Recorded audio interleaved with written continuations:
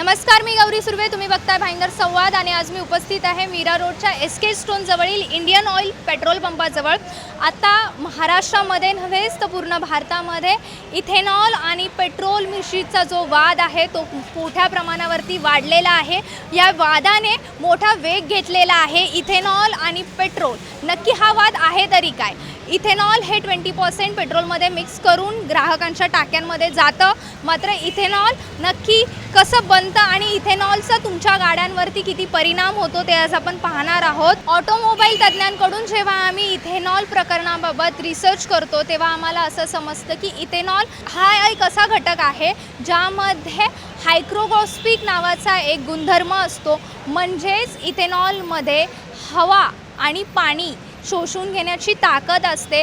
हवा आणि आर्द्रता जे इथेनॉल आहे ते इथेनॉल शोषून घेतं. तुमच्या ज्या गाड्यांच्या टाक्या आहेत त्या गाड्यांच्या टाक्यांमध्ये जर थोड्या प्रमाणात देखील हवा आणि दमटपणा असेल तर पाण्याचे जे घटक असतील ते त्यांना शोषून घेतील. इथेनॉल आणि पाणी यांचं जे मिश्रण आहे ते मिश्रण तुमच्या पेट्रोलपासून वेगळं होतं. जे मूळ पेट्रोल आहे त्यापासून वेगळं केलं जातं. इंजिन सुरू करताना जे तुमच्या पेट्रोलच्या टाकीच्या तळाशी इथेनॉलचं पाण्यासोबतचं जे मिश्रण असतं ते इंजिन सुरू करताना त्रास देतं. इंजिन सुरू होत नाही, त्याने तुमच्या गाडीला त्याचा झटका बसतो. तुमचे इंजिन जाम होण्याचे जे चान्सेस असतात ते चान्सेस खूप होतात. केंद्रीय वाहतूक मंत्री नितीन गडकरी यांच्या म्हणण्यानुसार हा फक्त इथेनॉल लॉबीच्या विरोधातला एक विषय आहे. याचा काही इम्पॅक्ट होत नाही. जर आपण पाहायला गेलं ऑटोमोबाईल तज्ज्ञांच्या रिसर्चनुसार हे रिॲलिटी आहे की इथेनॉल तुमच्या गाड्यांवरती इम्पॅक्ट करतं. त्यामुळे तुमच्या गाडीच्या इंजिनला त्याचा त्रास होतो, वाहन चालकांना त्याचा त्रास होतो. आता ही माहिती लोकांपर्यंत पोहोचवायची नक्की जबाबदारी कुणाची आहे?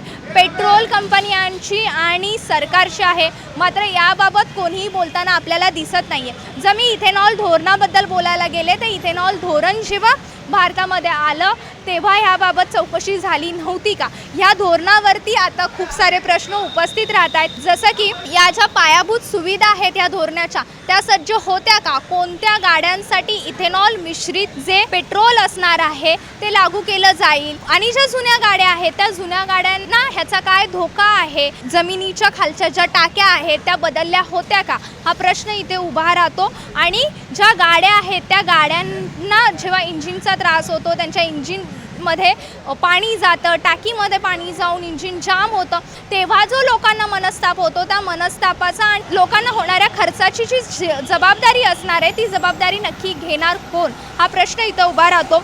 इंडियन ऑइल पेट्रोल पंपाजवळ मी उभी आहे. तुम्हाला मी हे देखील सांगेन की गेल्या 2 दिवसापूर्वी इथे एक बोर्ड लावण्यात आला होता. स्क्रीनवरती तुम्हाला तो बोर्ड दिसत असेल की जे पेट्रोल आहे ते पेट्रोल गांजा उत्पादित आहे असं लिहिलं होतं त्यामध्ये. पण जर आपण मुळात बघायला गेलं तर ऊस, मका आणि कडधान्यांमध्ये तांदूळ यांसारखे जे प्रोडक्ट्स आहेत यांच्या रॉ मटेरियल प्रोसिजरमध्ये इथेनॉलची निर्मिती होत असते. इथेनॉलमध्ये कुठल्याही प्रकारचा गांजा वगैरे नसतो. इथे आल्यानंतर जेव्हा मी मॅनेजरशी चर्चा केली तेव्हा त्यांनी मला असं सांगितलं की प्रिंटिंग मिस्टेक होती. हा बोर्ड मात्र इथून हटवला गेला. पण तुमच्या एका प्रिंटिंग मिस्टेकमुळे जर तुम्ही बघितलं तर लोकांमध्ये संभ्रम निर्माण झाला, लोकांमध्ये कुठेतरी कन्फ्युजन निर्माण झालं. इथेनॉल हे 20% आत्ता देखील पेट्रोलमध्ये यूज होत आहे. कोणत्याही पेट्रोलमध्ये जर तुम्ही बघितलं तर इथेनॉल हे 20% आहे. इथेनॉल भारतामध्ये ह्यासाठी आणलं कारण की इथेनॉल ॲज कम्पेअर जर आपण बघायला गेलं तर पेट्रोलपेक्षा स्वस्त आहे. पण जर इथेनॉल आणि पेट्रोल दोन्ही मिक्सर झालेत तर मग इथेनॉल आणि पेट्रोल मिक्स झालेल्या पेट्रोलचे भाव दर जे आहेत, जर आपण पेट्रोलचा भाव बघायला गेलं ते कमी का नाही झालेले? इथल्या ग्राहकांशी जेव्हा आम्ही चर्चा केली तेव्हा त्यांचं देखील असंच म्हणणं आहे की बऱ्याचदा गाड्यांवरती असा इम्पॅक्ट होतो. कुठलेही भावदर जर आपण बघायला गेले तर ते कमी झालेले नाही आहेत. मग सरकारने लोकांसाठी इथेनॉल वर्सेस पेट्रोल असे 2 ऑप्शन का ठेवलेले नाही आहेत? हा प्रश्न इथे उभा राहतो. म्हणजे सरकारच्या संभ्रमाच्या गोष्टींमुळे लोक देखील अडचणीत येताना आपल्याला दिसत आहेत. सरकारच्या दुहेरी भूमिकांमुळे जे वाहन चालक आहेत त्या वाहन चालकांमध्ये कुठेतरी आपल्याला संभ्रम दिसतोय. इथेनॉल आणि पेट्रोलचा हा जो वाद आहे हा वाद नक्की किती शिगाला पोहोचतोय आणि त्याबद्दलच्या ज्या सगळ्या अपडेट्स असतील त्या आम्ही तुमच्यापर्यंत पोहोचवतच राहू. तोपर्यंत पाहत राहा मीरा भाईंदरतील सर्व तमाम बातम्यांसाठी भाईंदर संवाद.